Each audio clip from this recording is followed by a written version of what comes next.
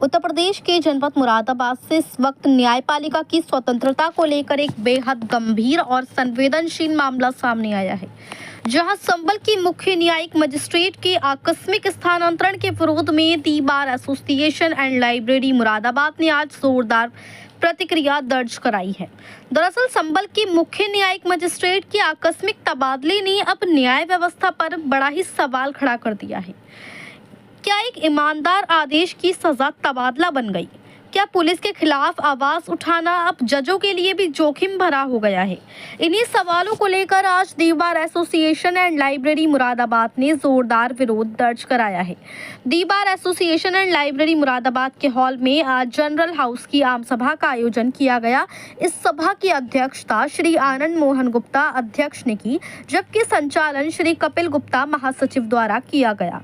दरअसल माननीय उच्च न्यायालय की जारी ट्रांसफर लिस्ट के बाद समाज में ये संदेश तेजी से फैल गया कि समाज के सीजीएम साहब ने एक सीओ और इंस्पेक्टर के खिलाफ रिपोर्ट दर्ज करने का आदेश पारित किया था और महज 11 दिनों के भीतर उनका ट्रांसफर कर दिया गया।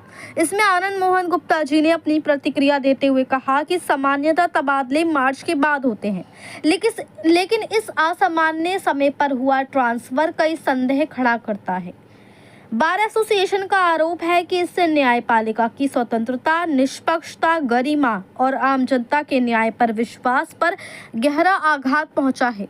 समाज की कानून व्यवस्था की जिम्मेदारी एक अच्छे न्यायपालिका पर निर्भर करती है। आनंद मोहन गुप्ता जी ने कहा कि यदि कल को कोई भी वकील किसी भी अदालत में प्रार्थना पत्र देता है और उस पर दर्ज नहीं होता है, तो यही एक एक्सक्यूज होगा जूनियर ऑफिसर्स का कि हमें तो अपने बच्चे भी पालने हैं।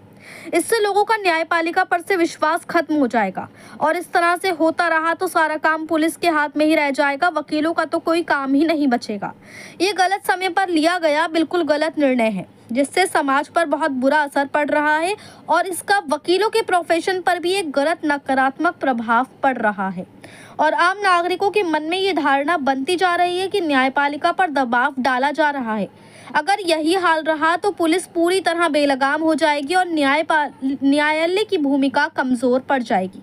अगर पुलिसकर्मियों के खिलाफ रिपोर्ट ही दर्ज नहीं होगी तो कानून की बराबरी का सिद्धांत सिर्फ किताबों तक ही सीमित रह जाएगा।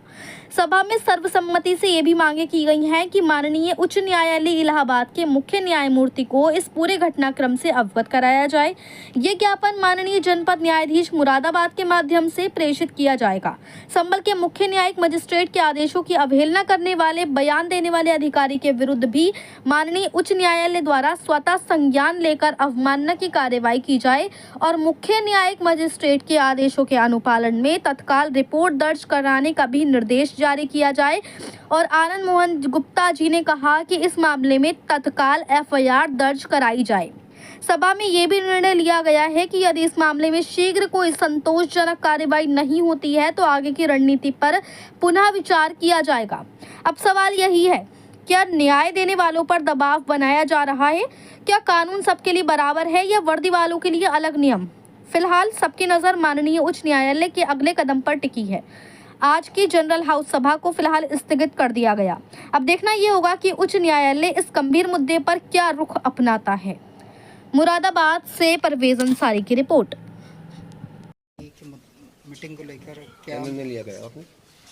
आज हमने संभल वाले मसले में जनरल हाउस बुलाया था और जनरल हाउस का आह्वान हमने इसलिए किया गया था कि जो माननीय उच्च न्यायालय की ट्रांसफ़र लिस्ट आई है और जो मैसेज समाज में गया कि वहाँ के सीजीएम महोदय ने सीओ और इंस्पेक्टर के खिलाफ रिपोर्ट दर्ज करने का कोई आदेश पारित किया था, उसके 11 दिन के अंदर उनको ट्रांसफ़र कर दिया गया, जिसका समाज में संदेश ये गया कि शायद सीओ साहब के खिलाफ एफआईआर का ऑर्डर दर्ज करने के कारण सीजीएम साहब का ट्रांसफ़र किया गया है।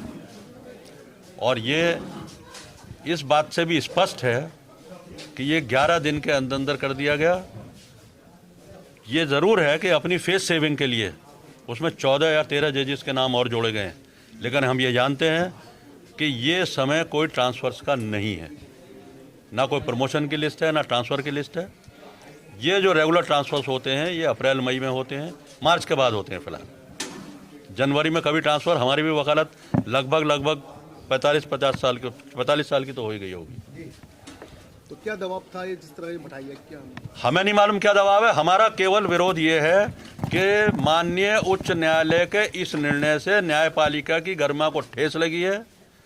संविधान की रक्षा का उनके ऊपर जिम्मेदारी है। समाज की कानून व्यवस्था की जिम्मेदारी एक अच्छी न्यायपालिका में निर्भर करती है। समाज में शांति जो है वो अच्छी न्यायपालिका के ऊपर निर्भर करती है। इसमें संदेश केवल ये गया कि पुलिस के खिलाफ मुकदमा लिखने का आदेश करा था, इसलिए उनका ट्रांसफ़र कर दिया गया।